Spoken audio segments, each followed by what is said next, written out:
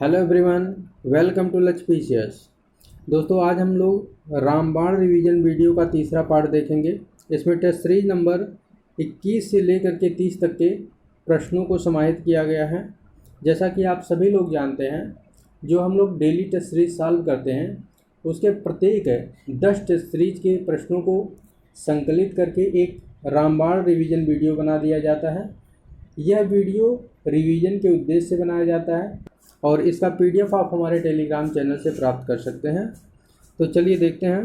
पहला क्वेश्चन है, तमिलनाडु का समुद्र तट कहलाता है। बताइए, तमिलनाडु का समुद्र तट क्या कहलाता है? तो आपका राइट आंसर हो जाएगा कोरोमंडल। और मालाबार तट, जो केरल वाला तट है, उसे मालाबार तट कहते हैं। चलिए आगे बढ़ते हैं। देखिए, दूसरा क्वेश्चन है, अंडमान और निकोबार द्वीप समूह में सबसे अधिक ऊंचाई वाली चोटी कौन सी है? तो बताइए, आपका राइट आंसर क्या है? राइट आंसर है ए, शैंडल पीक।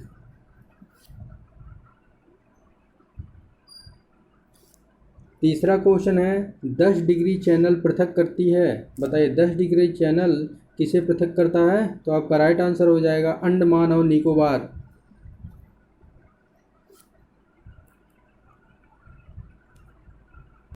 देखिए, चौथा क्वेश्चन है, पृथ्वी सूर्य से निकटतम दूरी पर होती है। बताइए, किस डेट में पृथ्वी सूर्य से निकटतम दूरी पर होती है? तो आपका राइट आंसर हो जाएगा ए, 3 जनवरी को। और 4 जुलाई को सबसे दूर स्थित होती है। पृथ्वी सूर्य से सबसे दूर 4 जुलाई को स्थित होती है। तो दोनों पूछा जाता है, दोनों इंपॉर्टेंट है। चलिए देखते हैं। पांचवा क्वेश्चन है, जीव भार का पिरामिड किस पारिस्थितिकी तंत्र में उल्टा होता है? तो देखिए, स्थलीय पारिस्थितिकी तंत्र में जीव भार का पिरामिड जो होता है हमेशा सीधा होता है, और जल तंत्र में, जल पारिस्थितिकी तंत्र में हमेशा उल्टा होता है। तो आपका राइट आंसर क्या हो जाएगा? बी, तालाब। पूछ रहा है कि उल्टा कब होता है, तो तालाब में होगा, क्योंकि ये जल तंत्र है। और वन स्थल, शुष्क स्थल, ये सभी जो है स्थल परितंत्र है, तो यहाँ पर सीधा पाया जाता है। चलिए देखते हैं।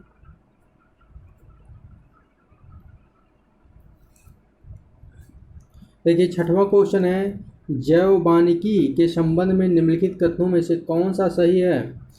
देखिए, स्टेटमेंट है, इसका शाब्दिक अर्थ है जीवन का प्रबंधन है। जीवन का प्रबंधन नहीं है, जीवन का नियम है, तो ये गलत हो जाएगा। यह पारिस्थितिकी का पर्याय है, बिल्कुल सही है। यह प्राकृतिक तंत्रों के मूल पर बल देता है जो मानव तंत्रों को प्रभावित करते हैं। बताइए, तो बिल्कुल ये भी सही है। तो आपका राइट आंसर क्या हो जाएगा? राइट आंसर है, इसमें सही को फाइंड आउट करना है, तो आपका राइट आंसर हो जाएगा 2 और 3, सी।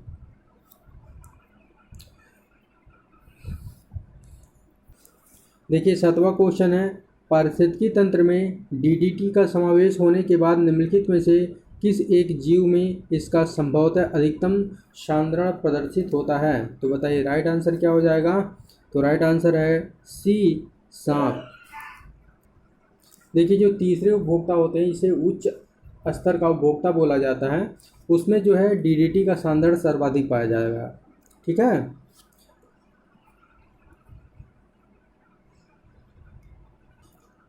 आठवां क्वेश्चन है, भारतीय संविधान के निर्माण से संबंधित निम्नलिखित कथनों में से कौन सा सही है?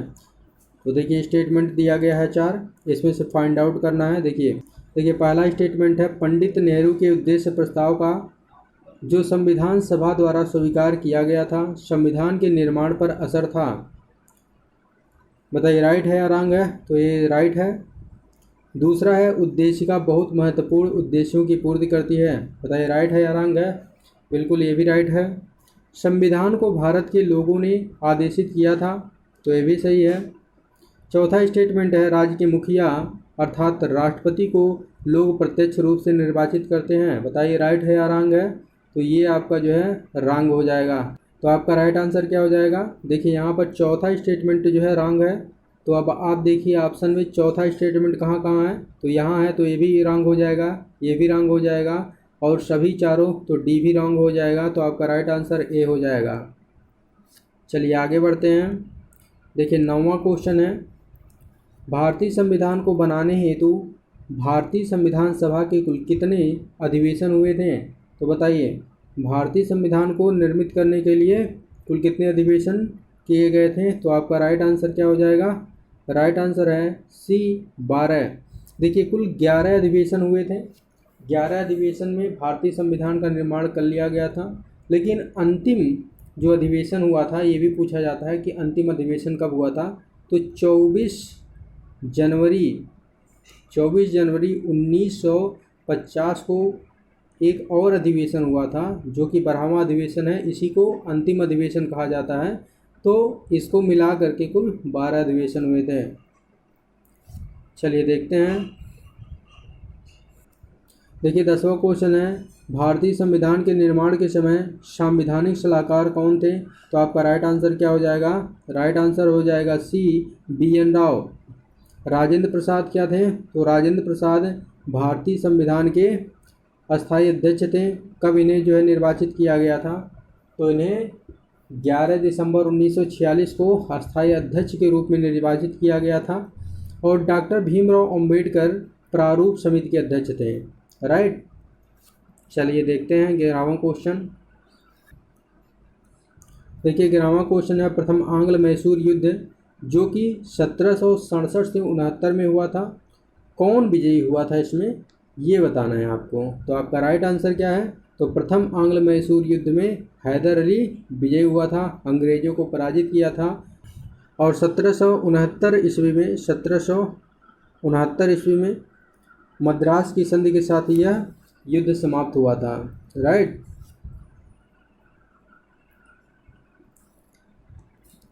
देखिए 12वां क्वेश्चन है, निम्नलिखित में से कौन सा सुमेलित है? तो सुमेलित जो है उसको फाइंड आउट करना है। ऑप्शन ए है प्रथम आंग्ल मैसूर युद्ध हैदर अली पराजित हुआ था, तो ये गलत है, क्योंकि हैदर अली ने अंग्रेजों को पराजित किया था, हैदर अली पराजित नहीं हुआ था। और बी है द्वितीय आंग्ल मैसूर युद्ध, हैदर अली ने अंग्रेजों को पराजित किया था, तो द्वितीय आंग्ल मैसूर युद्ध में अंग्रेजों ने हैदर अली को पराजित कर दिया था, तो ये भी गलत है।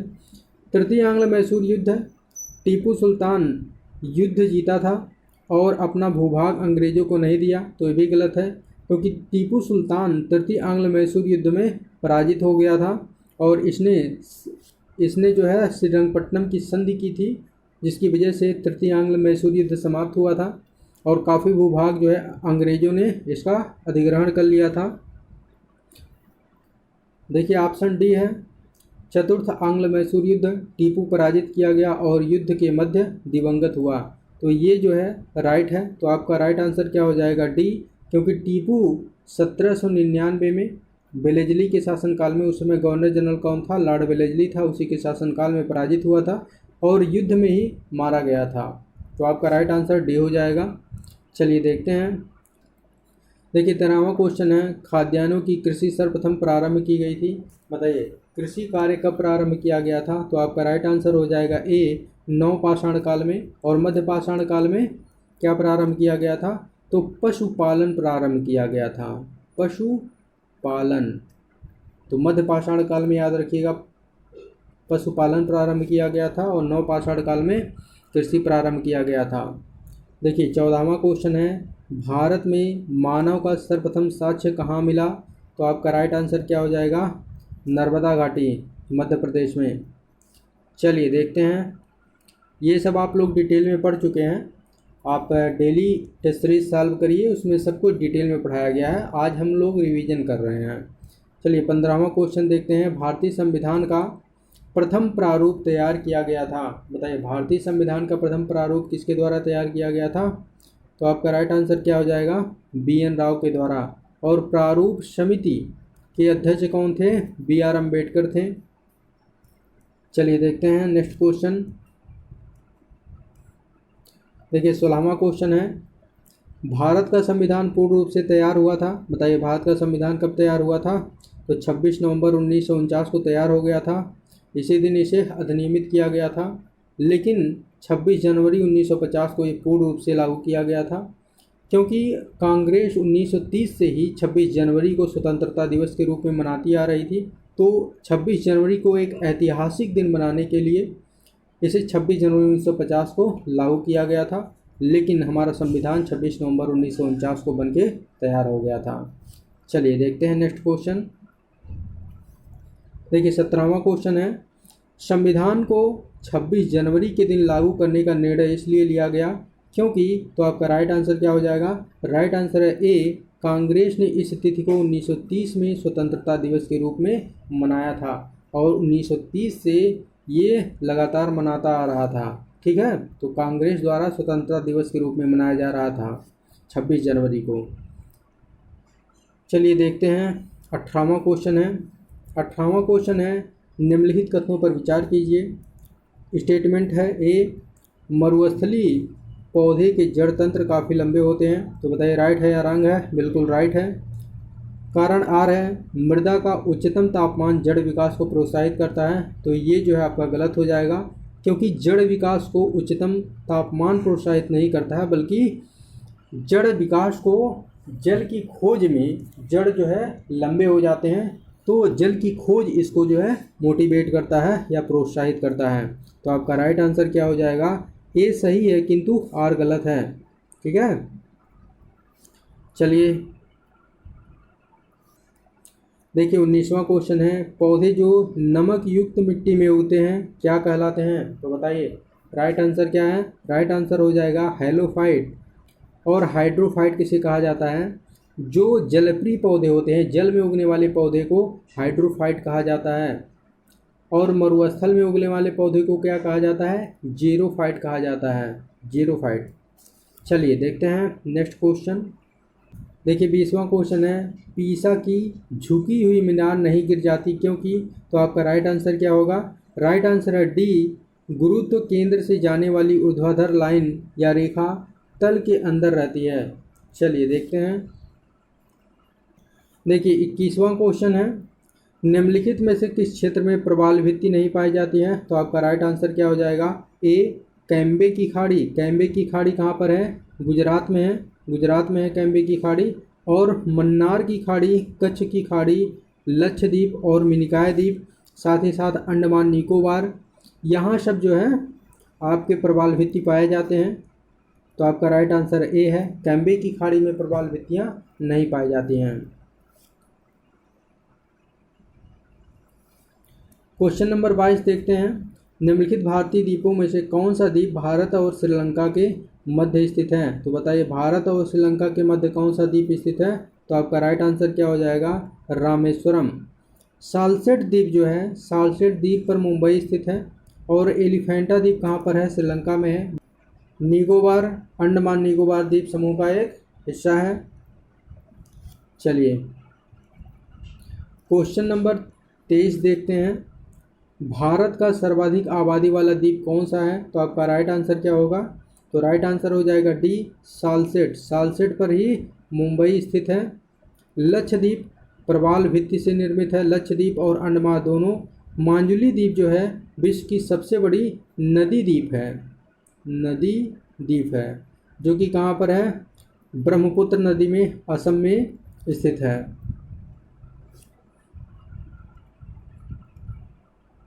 चलिए क्वेश्चन नंबर 24 देखते हैं, कोरी क्रीक जिसे निवेशिका भी कहा जाता है स्थित है, बताइए कहाँ पर स्थित है? तो आपका राइट आंसर हो जाएगा कच्छ के रण में है। ये भारत और पाकिस्तान के बॉर्डर पर स्थित है। एक महत्वपूर्ण क्वेश्चन और बनता है यहाँ से खंभात की खाड़ी से। खंभात की खाड़ी कहाँ है? गुजरात में है। तो खंभात की खाड़ी से सर्वाधिक ज्वारीय ऊर्जा का उत्पादन किया जाता है, तो इसको भी याद रखिएगा। देखिए 25वां क्वेश्चन है, मानव द्वारा सर्वप्रथम प्रयुक्त अनाज था, तो मानव ने सर्वप्रथम किस अनाज का उपभोग प्रारंभ किया था? तो आपका राइट आंसर हो जाएगा सी, जौ। जौ के बाद फिर जो है उसने गेहूं का उपभोग प्रारंभ किया था। और कृषि कब प्रारंभ किया गया था? तो कृषि नवपाषाण काल में प्रारंभ किया गया था, और पशुपालन मध्य पाषाण काल में।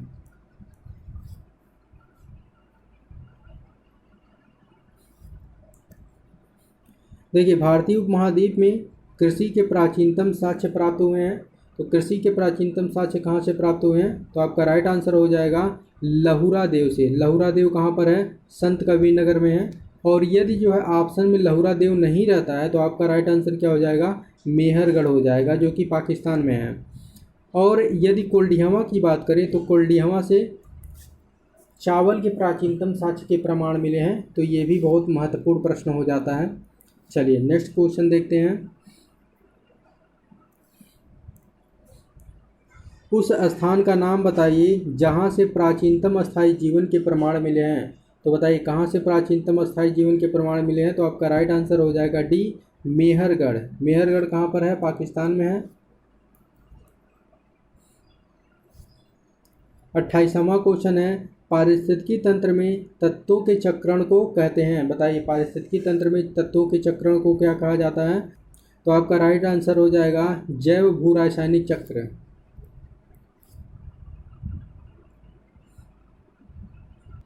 देखिए 29वां क्वेश्चन है, पारिस्थितिकी संक्रमण अवधारणा का सर्वप्रथम प्रयोग किया था। बताइए पारिस्थितिकी संक्रमण अवधारणा का सर्वप्रथम प्रयोग किसने किया था? तो आपका राइट आंसर क्या हो जाएगा? बी, बेनेट द्वारा किया गया था। 30वां क्वेश्चन है, समुदायों का पूर्ण क्रम जो क्रमशः एक निश्चित स्थान पर बदलता है कहलाता है। तो आपका राइट आंसर क्या है? बताइए। राइट आंसर है बी, सीयर। डिटेल में पढ़ना है तो आप लोग डेली प्रैक्टिस सेट को सॉल्व किया कीजिए। देखिए 31वां क्वेश्चन है, निम्नलिखित कथनों पर विचार कीजिए। 4 स्टेटमेंट दिए गए हैं, इसमें सही स्टेटमेंट को फाइंड आउट करना है। देखिए पहला स्टेटमेंट है, जेली रुदन का कारण अम्ल की अधिकता है। तो ये सही है। गन्ने के लिए सर्वाधिक अनुकूल जैव उर्वरक राइजोबियम है। तो ये जो है गलत हो जाएगा, क्योंकि राइजोबियम नहीं बल्कि एसिटोबैक्टर है। और नमकीन जल में उगाए गए पौधे को क्या कहते हैं? थैलोफाइट कहते हैं। तो ये भी रंग है, क्योंकि थैलोफाइट नहीं बल्कि हैलोफाइट कहा जाता है, अभी आप पढ़ चुके हैं। सुसुप्तावस्था तोड़ने वाले हार्मोन्स को क्या कहा जाता है? साइटोकाइनिन कहा जाता है। तो ये सही है। तो आपके राइट आंसर क्या हो जाएंगे? डी हो जाएगा आपका राइट आंसर। केवल 4 और 1 सही है। चलिए देखते हैं नेक्स्ट क्वेश्चन। देखिए क्वेश्चन नंबर 32 है, जल की अधिकतम मात्रा जिसकी पौधों को आवश्यकता होती है वह उसे अवशोषण निम्न के माध्यम से करते हैं। बताइए किसके माध्यम से पौधे जल की अधिकतम मात्रा को अवशोषित करते हैं? तो आपका राइट आंसर क्या हो जाएगा? राइट आंसर है डी, जड़ों के बालों। जो जड़ होते हैं पौधे के, जैसे जो है ये पौधा हो गया, तो बहुत सारे जो है ऐसे रोम पाए जाते हैं जड़ों में, तो इसकी बात हो रही है। इसके द्वारा जो है जलों का जो है सर्वाधिक अवशोषण किया जाता है। चलिए नेक्स्ट क्वेश्चन देखते हैं। देखिए यहाँ पर डिटेल में हम बात नहीं कर पाएंगे, नहीं तो वीडियो बहुत लंबा हो जाएगा। तो आप लोगों को डिटेल में पढ़ना है तो डेली वाला टेस्ट सीरीज सॉल्व करिए।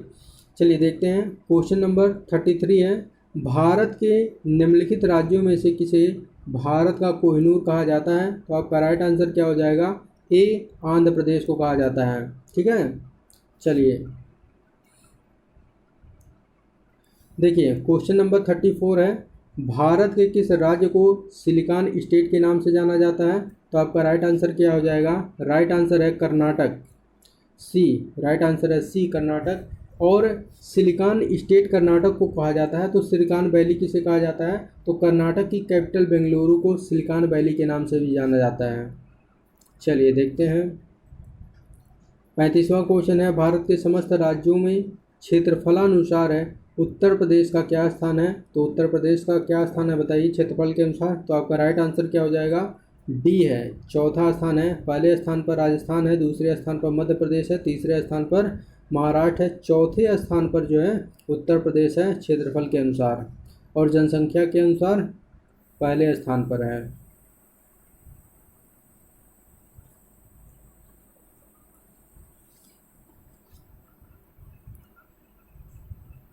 चलिए क्वेश्चन नंबर 36 देखते हैं, हाइड्रोफाइट कहा जाता है। बताइए हाइड्रोफाइट किसे कहा जाता है?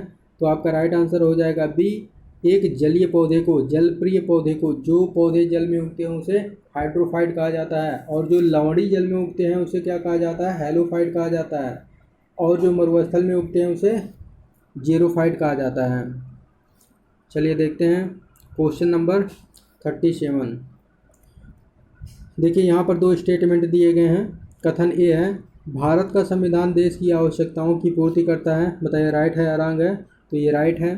कारण आर है, इसको एक गृहीत संविधान कहा जाता है, बिल्कुल सही है। लेकिन क्या गृहीत संविधान होने की वजह से ही यह देश की आवश्यकताओं की पूर्ति करता है? तो बिल्कुल नहीं होगा, ये जो है गलत है। क्योंकि जो है भारत का संविधान इस प्रकार से निर्मित किया गया है कि वो देश की आवश्यकताओं की पूर्ति कर सके, ना कि गृहीत संविधान होने की वजह से। तो दोनों स्टेटमेंट सही हैं, लेकिन जो है व्याख्या नहीं कर रहा है। तो आपका राइट आंसर क्या हो जाएगा? राइट आंसर हो जाएगा बी। ए और आर दोनों सही हैं, किंतु आर ए का सही स्पष्टीकरण नहीं करता है, अर्थात सही व्याख्या नहीं करता है। चलिए नेक्स्ट क्वेश्चन देखते हैं। देखिए 38वां क्वेश्चन है, निम्नलिखित में से किसने सुझाव दिया था कि भारत की स्वतंत्रता के बाद भारतीय राष्ट्रीय कांग्रेस को राजनीतिक दल के रूप में भंग कर दिया जाना चाहिए? तो आपका राइट आंसर क्या हो जाएगा? राइट आंसर है डी, महात्मा गांधी ने। भारतीय राष्ट्रीय कांग्रेस के अधिवेशन की अध्यक्षता महात्मा गांधी ने कहाँ की थी? तो बेलगांव अधिवेशन की अध्यक्षता की थी 1924 में। चलिए देखते हैं नेक्स्ट क्वेश्चन है, अपनी राष्ट्रवादी प्रक्रिया में भारतीय संविधान के निर्माताओं ने अल्पसंख्यकों के हितों और भावनाओं के महत्व को कम करके आंका है। यह स्टेटमेंट किसका है? तो आपका राइट आंसर हो जाएगा आइवर्जेनिक्स है। यह स्टेटमेंट आइवर्जेनिक्स का है। चलिए देखते हैं। देखिए 40वां क्वेश्चन है। देखिए क्वेश्चन नंबर 40 है, भारतीय संविधान सभा में कुल कितनी महिला सदस्य थीं? तो बताइए भारतीय संविधान सभा में महिला सदस्यों की संख्या क्या थी? तो आपका राइट आंसर हो जाएगा ए, 15। देखिए क्वेश्चन नंबर 41 है, निम्नलिखित में से संविधान सभा की संघ संविधान समिति का अध्यक्ष कौन था? तो आपका राइट आंसर क्या हो जाएगा? सी, जवाहरलाल नेहरू। और प्रांतीय संविधान समिति का अध्यक्ष कौन था? सरदार वल्लभ भाई पटेल थे। बी आर अम्बेडकर प्रारूप समिति के अध्यक्ष थे। जे बी कृपलानी मौलिक अधिकारों की उप समिति के अध्यक्ष थे। और मौलिक अधिकारों की समिति के अध्यक्ष कौन थे? सरदार वल्लभ भाई पटेल। यदि उप समिति की बात की जाए तो जे बी कृपलानी हो जाएंगे। चलिए देखते हैं नेक्स्ट क्वेश्चन।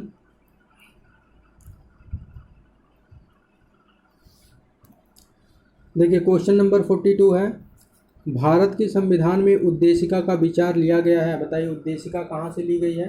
तो आपका राइट आंसर क्या हो जाएगा? राइट आंसर है यूएसए के संविधान से, अर्थात अमेरिका के संविधान से। और उद्देशिका की भाषा की बात करें तो उद्देशिका की भाषा कहाँ से ली गई है? ऑस्ट्रेलिया से ली गई है। फ्रांस से क्या लिया गया है? तो फ्रांस से गणतंत्रात्मक व्यवस्था को लिया गया है। कनाडा से संघीय व्यवस्था को लिया गया है। तो ये सभी फैक्ट आप लोग याद रखिएगा, बहुत ही महत्वपूर्ण है। चलिए क्वेश्चन नंबर 43 देखते हैं। बी आर अम्बेडकर की अध्यक्षता में संविधान सभा की प्रारूप समिति में कितने अन्य सदस्य थे? तो टोटल प्रारूप समिति में कितने सदस्य थे? 7 सदस्य थे। लेकिन पूछ रहा है कि इनकी अध्यक्षता में, अम्बेडकर की अध्यक्षता में कितने अन्य सदस्य थे? तो आपका राइट आंसर क्या हो जाएगा? बी, 6 सदस्य थे। अम्बेडकर जी को लेकर के कुल 7 सदस्य हो गए थे। चलिए देखते हैं। देखिए क्वेश्चन नंबर 44 है, संविधान सभा ने बी आर अम्बेडकर की अध्यक्षता में प्रारूप समिति का गठन कब किया था? तो आपका राइट आंसर क्या हो जाएगा? राइट आंसर है डी, 29 अगस्त 1947।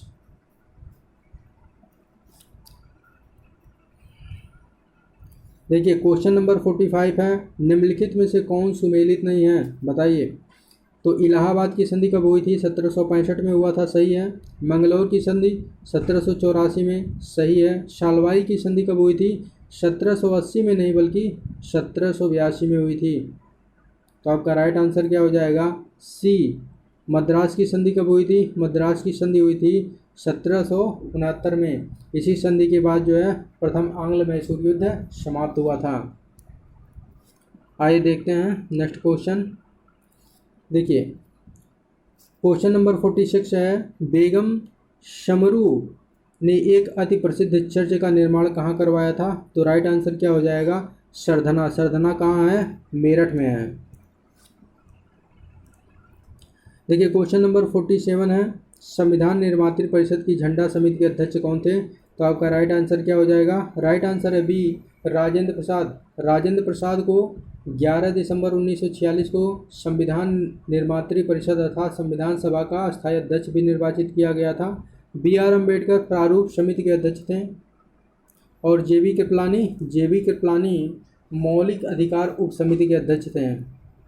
चलिए देखते हैं नेक्स्ट क्वेश्चन।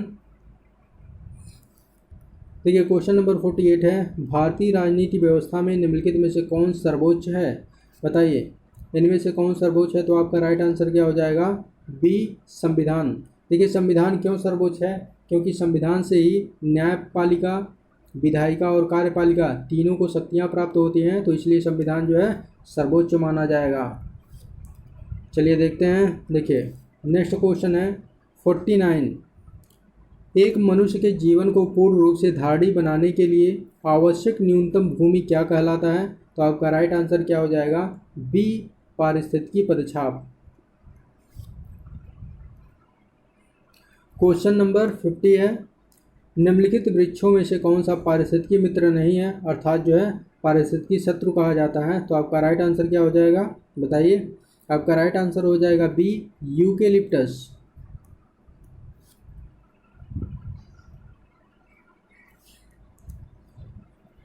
देखिए क्वेश्चन नंबर 51 है, कौन सा राज्य पूर्वोत्तर राज्यों की 7 बहनों का भाग नहीं है? तो आपका राइट आंसर क्या हो जाएगा? राइट आंसर है बी, पश्चिम बंगाल। देखिए 7 बहनों, पूर्वोत्तर के जो 7 राज्य हैं कौन कौन से? अरुणाचल प्रदेश, नागालैंड, मणिपुर, मिजोरम, असम, मेघालय, त्रिपुरा, ये 7 राज्य जो है 7 बहनों के नाम से जाने जाते हैं, जिसमें से जो है पश्चिम बंगाल इसका हिस्सा नहीं है। तो यही पूछ रहा है। आपका राइट आंसर है बी, पश्चिम बंगाल।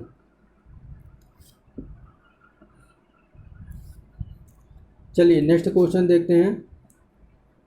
देखिए क्वेश्चन नंबर 52 है, सोनभद्र जिले को संपर्क करती है। बताइए कितने राज्यों की सीमाएं सोनभद्र जिले को संपर्क करती हैं? तो आपका राइट आंसर हो जाएगा सी, 4 राज्यों की सीमाएं। कौन कौन से 4 राज्य हैं?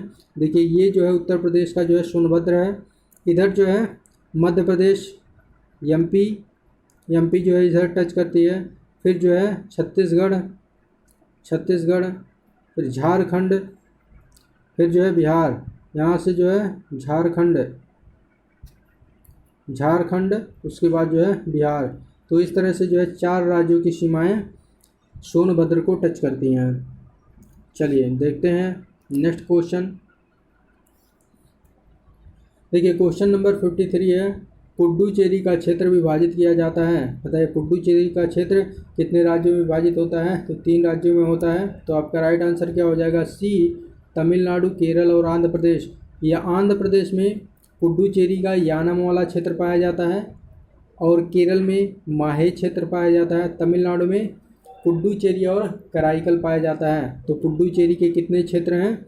4 क्षेत्रों में पुडुचेरी विभाजित है। कितने राज्यों में विभाजित है? तो 3 राज्यों में विभाजित है। याद रखिएगा, महत्वपूर्ण फैक्ट है।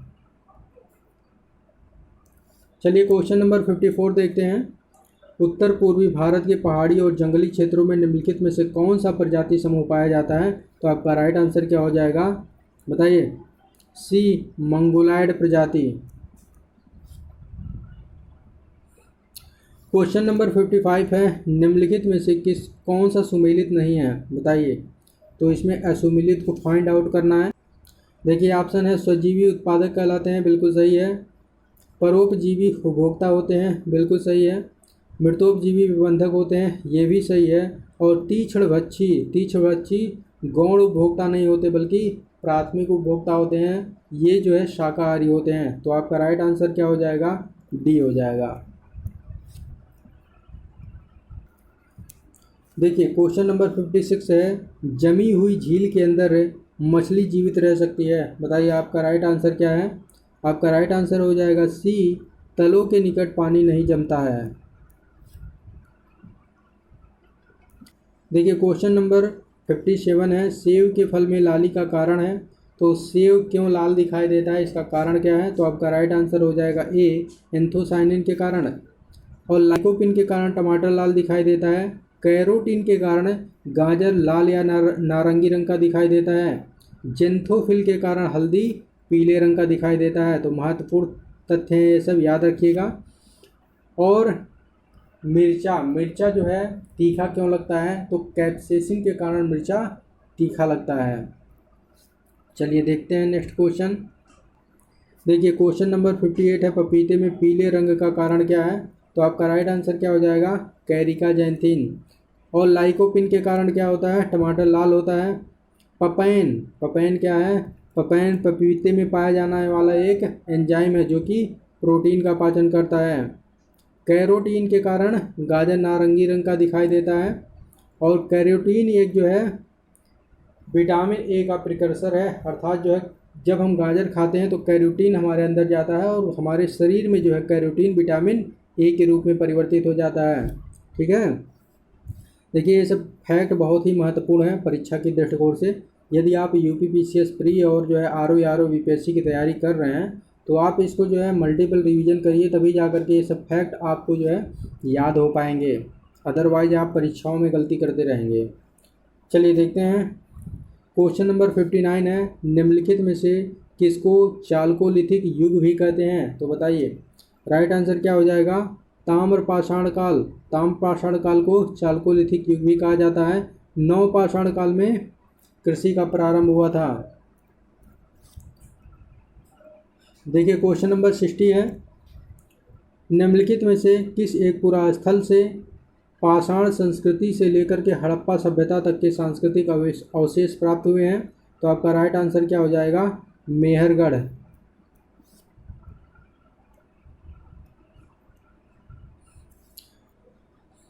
देखिए क्वेश्चन नंबर 61 है, भारत में न्यायिक पुनरीक्षण अर्थात जुडिशियल रिव्यू की संकल्पना निम्नलिखित देश के संविधान से ली गई है? तो बताइए जुडिशियल रिव्यू की संकल्पना कहाँ से ली है भारत ने? तो आपका राइट आंसर हो जाएगा संयुक्त राज्य अमेरिका। और यूनाइटेड किंगडम से क्या लिया गया है? यूनाइटेड किंगडम से संसदीय शासन व्यवस्था को लिया गया है। और यूएसएसआर से क्या लिया गया है? मौलिक कर्तव्य को लिया गया है। ऑस्ट्रेलिया से क्या लिया गया है? समवर्ती सूची और प्रस्तावना की भाषा को लिया गया है। अमेरिका से मौलिक अधिकार लिया गया है। तो ये सब फैक्ट बहुत महत्वपूर्ण है, इसको मल्टीपल रिवीजन करने की आवश्यकता है।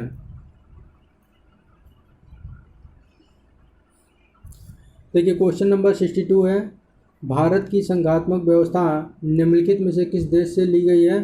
तो संघात्मक व्यवस्था कहाँ से लिया गया है? तो आपका राइट आंसर हो जाएगा ए कनाडा। यूनाइटेड किंगडम से क्या लिया गया है? संसदीय शासन व्यवस्था। अमेरिका से मौलिक अधिकार, उद्देशिका, ये सब अमेरिका से लिए गए हैं। आयरलैंड, आयरलैंड से क्या लिया गया है? तो आयरलैंड से नीति निर्देशक तत्व लिया गया है। और नीति निर्देशक तत्व किस भाग में उल्लिखित है? तो भाग 4 में, भारतीय संविधान के भाग 4 में नीति निर्देशक तत्व का उल्लेख किया गया है।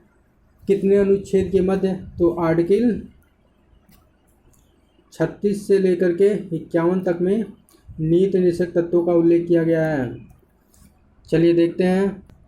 देखिए क्वेश्चन नंबर 63 है, निम्नलिखित में से कौन सा एक ग्रह सबसे कम समय में सूर्य का चक्कर लगा लेता है? तो आपका राइट आंसर क्या हो जाएगा?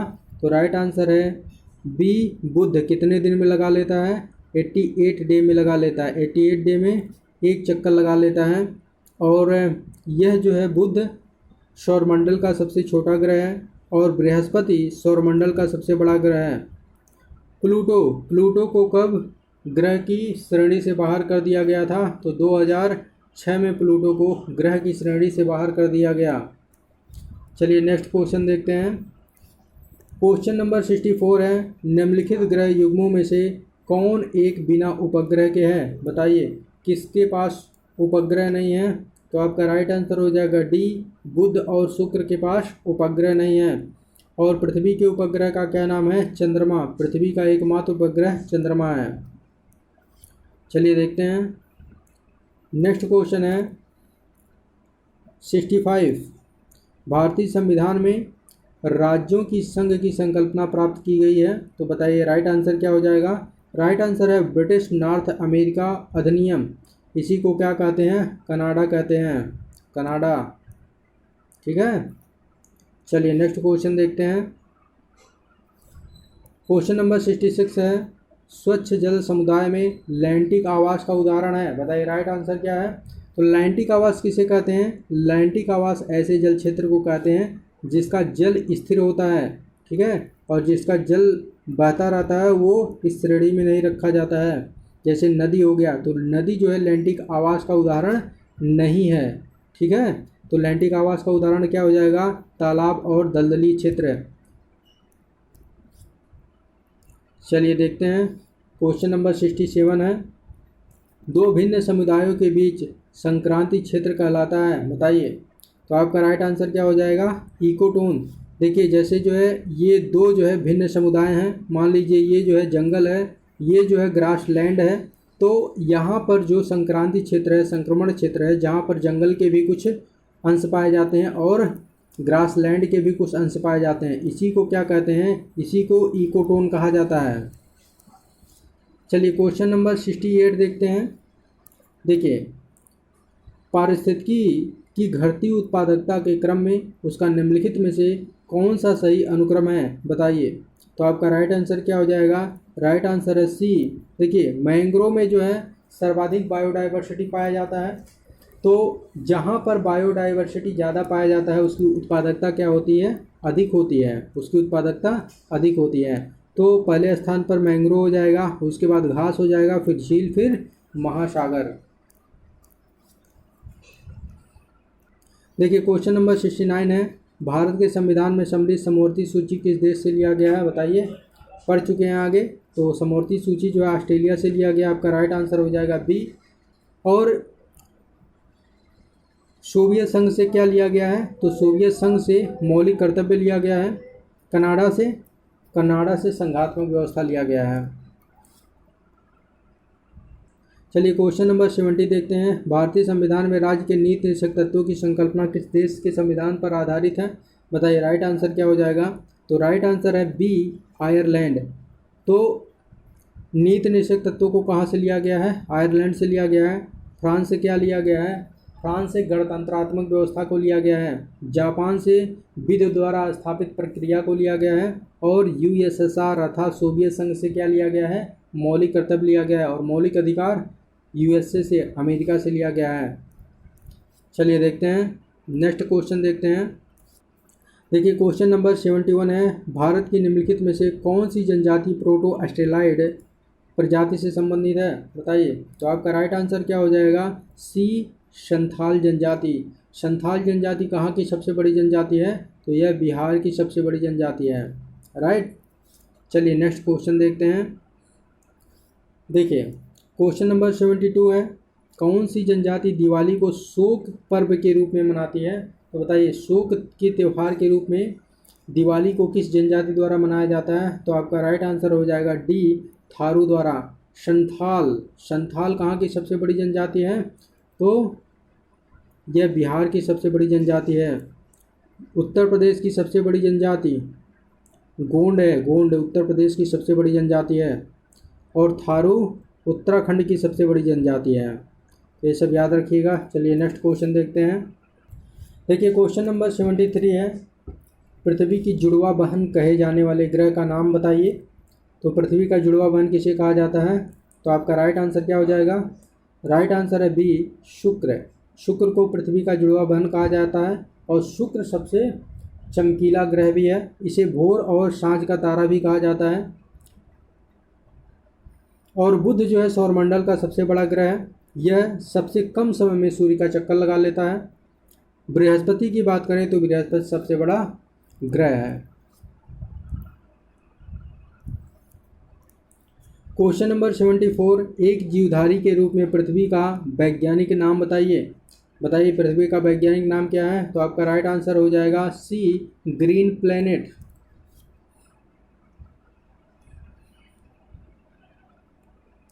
देखिए क्वेश्चन नंबर 75 है, स्टेटमेंट वाला है। स्टेटमेंट ये है, पृथ्वी पर एक स्थान से बढ़ते हुए अक्षांश वाले दूसरे स्थान पर किसी वस्तु का वजन घटता है, बताइए। राइट है या रॉन्ग है, तो घटता नहीं बल्कि बढ़ता है, तो ये गलत हो जाएगा।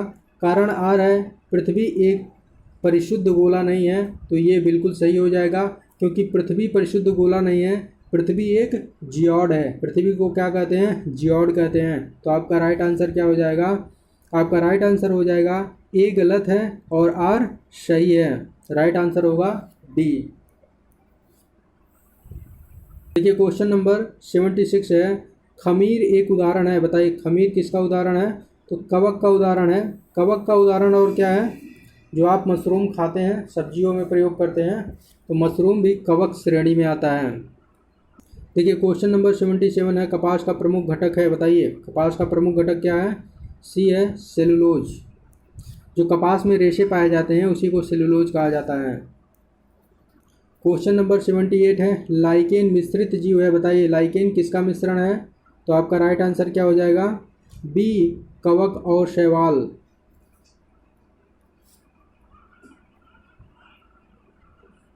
देखिए क्वेश्चन नंबर 79 है, हीरोइन प्राप्त किया जाता है, बताइए हीरोइन किससे प्राप्त किया जाता है? तो हीरोइन पोस्ता से प्राप्त किया जाता है, पोस्ता से प्राप्त किया जाता है। हीरोइन, अफीम और मार्फिन ये सब जो है पोस्ता से प्राप्त किए जाते हैं।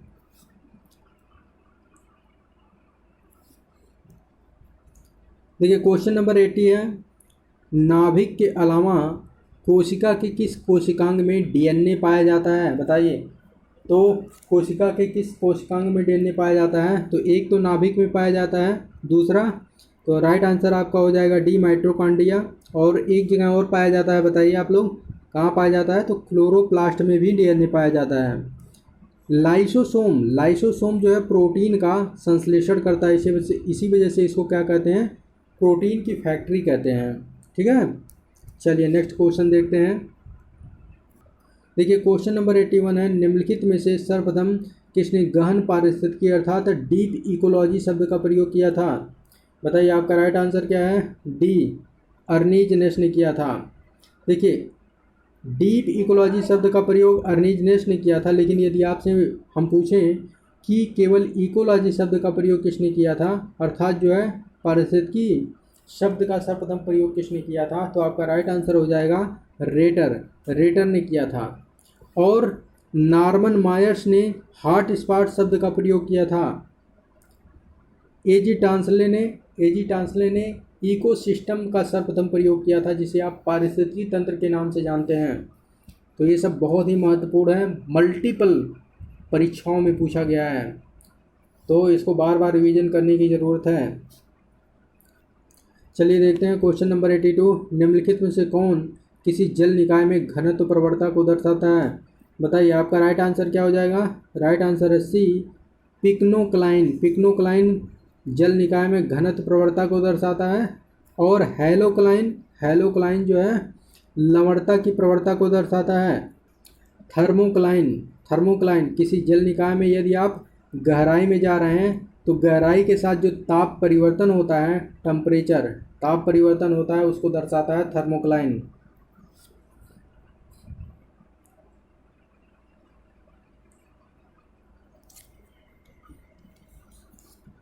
चलिए देखते हैं क्वेश्चन नंबर 83 है, यह भी स्टेटमेंट वाला है। देखिए स्टेटमेंट ए है, पारिस्थितिकी के विविध अवयव आपस में एक दूसरे पर निर्भर नहीं हैं। बताइए राइट है या रॉन्ग है? तो ये जो है रॉन्ग हो जाएगा, क्योंकि एक दूसरे पर निर्भर होते हैं। कारण आर, मानव क्रियाओं से वातावरण प्रभावित होता है। बताइए राइट है या रॉन्ग है? तो ये राइट हो जाएगा। तो आपका राइट आंसर क्या हो जाएगा? स्टेटमेंट ए गलत है और आर सही है, तो राइट आंसर डी हो जाएगा।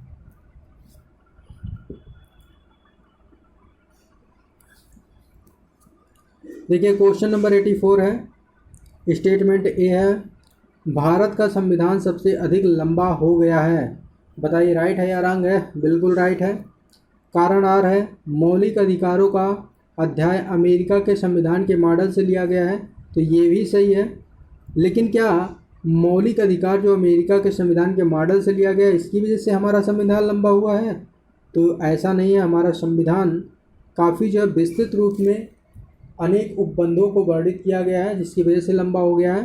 तो आपका स्टेटमेंट दोनों सही है, लेकिन व्याख्या नहीं करता है। तो आपका राइट आंसर क्या हो जाएगा? बी, ए और आर दोनों सही है, किंतु आर ए की व्याख्या नहीं करता है। चलिए नेक्स्ट क्वेश्चन देखते हैं। देखिए क्वेश्चन नंबर 85 है, निम्नलिखित में से कौन सा सुमेलित नहीं है? असुमेलित को फाइंड आउट करना है। देखिए नागरिकता, नागरिकता किस में पाया जाता है? भाग 2 में पाया जाता है। मौलिक अधिकार किस में पाया जाता है? तो मौलिक अधिकार भाग 3 में पाया जाता है। और राज्य, राज्य किस में पाया जाता है? भाग 6 में पाया जाता है। मौलिक कर्तव्य की बात करें तो मौलिक कर्तव्य भाग 6A में नहीं बल्कि 4A में पाया जाता है मौलिक कर्तव्य। तो आपका राइट आंसर क्या हो जाएगा? 4A। आपका राइट आंसर C है, जो कि असुमेलित है। ठीक है। और भाग 5 में क्या पाया जाता है? भाग 5 में संघ का अध्याय पाया जाता है। चलिए देखते हैं क्वेश्चन नंबर 86। हमारे संविधान के किस भाग में 3 सोपानों में पंचायतें बनाने की परिकल्पना की गई है? तो आपका राइट आंसर क्या हो जाएगा? राइट आंसर है ए, भाग 9। भाग 9 में पंचायतों के गठन का उपबंध किया गया है। और भाग 9 में नगर पालिका का उपबंध किया गया है। और भाग 9 में सहकारी समितियों के गठन का उपबंध किया गया है। चलिए नेक्स्ट क्वेश्चन देखते हैं। क्वेश्चन नंबर 87 है, कलकत्ता में एशियाटिक सोसाइटी की स्थापना के समय बंगाल का गवर्नर जनरल कौन था? देखिए, एशियाटिक सोसाइटी की स्थापना विलियम जोन्स के द्वारा 1784 में की गई थी। और 1784 में पिट्स इंडिया एक्ट भी आया था। और इस समय बंगाल का गवर्नर जनरल कौन था? तो आपका राइट आंसर क्या हो जाएगा? B, Warren Hasting.